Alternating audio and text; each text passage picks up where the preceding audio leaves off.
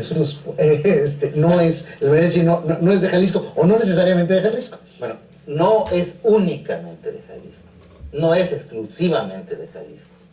El tradicional, o sea, el mariachi original es de toda una amplia región. O sea, hasta San Francisco, California llegaba cuando era México. Allá están las fuentes de los rusos, dando fe de los fandangos que hacían ellos, junto con los mexicanos en la bahía de San Francisco.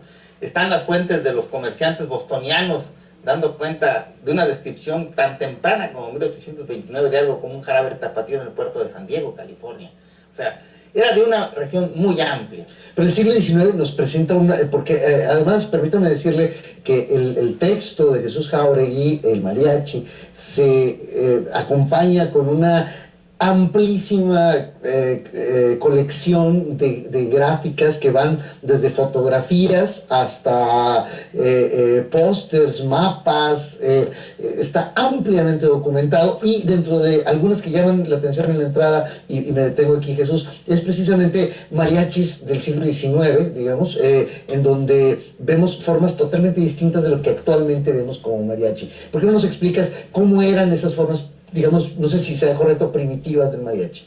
Las formas originales del mariachi, yo diría, es ¿no? Un conjunto cordófono de músicos que tocan instrumentos de cuerda, variantes de lo que se llama el complejo arpa, violín, guitarra de toda América.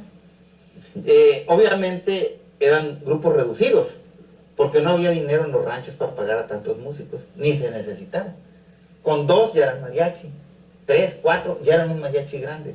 De hecho, ya hay fotos de mariachi Vargas de Tecalitlán en su primera época con 4 músicos nada más, y también con puros instrumentos de cuerda. Esos mariachis estaban totalmente insertos en la vida ritual de su comunidad, de su poblado, de su región. Y tocaban tanto el registro, digamos, profano, como el registro religioso. En muchos lugares ellos fungían como sacerdotes porque no había cura. Ellos tenían que conducir las veladas de los niños difuntos, conducir las veladas de los santos de los ranchos, porque no había sacerdote que las condujera, y las conducían musicalmente. Ellos obviamente en regiones incluían instrumentos un tanto cuanto exóticos, como la tarima en la que se zapateaban los sones, que es un idiófono de percusión con los pies, se llama tambor de pie técnicamente, o algún tipo de instrumentos para llevar el ritmo de tradición amerindia. Pero lo característico es que ese mariachi tradicional formaba parte de unas variaciones de música, canto y danza que iban desde las pampas de Argentina hasta Nuevo México y la Alta California. Todo ese complejo musical, literario, de coplas y de forma de danzar, de bailar, estaba formado por una combinación variable de 3 grandes elementos: el europeo, y en este caso particularmente la música barroca, con el estilo de coplas español, más la rítmica africana, esto es muy importante, y algunos toques musicales y danzarios de los indígenas nativos. Lo que cambia es la proporción en cada uno de estos elementos está conformando cada versión: la paraguaya, o la colombiana, o la venezolana, o la veracruzana, o la del Pacífico mexicano. El mariachi lo que tiene como su característica tradicional es un balance muy particular entre el barroco europeo y la rítmica africana. Y eso es lo que lo hace atractivo. Pero inmediatamente lo entienden y dialogan con ello todas las demás regiones de América. Por eso es que prácticamente lo retoman de manera inmediata. Lo que sucede es que de esa base se construye un nuevo mariachi. Un nuevo mariachi que de inmediato toma también e incluye ritmos de otra región. Los primeros que agarra son los del Golfo. O sea, en cuanto el mariachi está sentado en la Ciudad de México, también comienza a tocar sones jarochos y guapangos. Muy temprano hay un género guapango con el mariachi moderno con trompeta. Y su gran cambio es, por un lado, su subordinación a los medios de comunicación masivos. O sea, tiene que durar tanto la pieza porque si no, no cabe en el disco. ¿Sí está claro? Entonces, esto ya los está constriñendo. Por otro lado, tiene que buscarse un mercado más amplio. Y por lo tanto se construyen géneros y se construyen letras que no eran regionales. Para que se entienda muy claro, El mariachi regional satisfacía las necesidades de su región. Como tal, no podía hacer música nacional. Para hacer música nacional se tenía que diseñar un género que sí fuera aceptado y difundido más allá de su región. Eso se diseñó en la Ciudad de México. Por supuesto, también había situaciones como la de Monterrey que ya hablamos, pero al final de cuentas el punto principal fue la Ciudad de México. Y entonces regresamos al tema donde estábamos antes. Por eso es que se habla de una tradición inventada, porque responde a las necesidades de un nuevo momento de identidad que arrope, acoja, dé cabido a la mayor parte de la población de este país y que se identifique. En ese momento la mayor parte de la población era rural, no era urbana. Por eso es que se componen canciones de corte campirano en la Ciudad de México.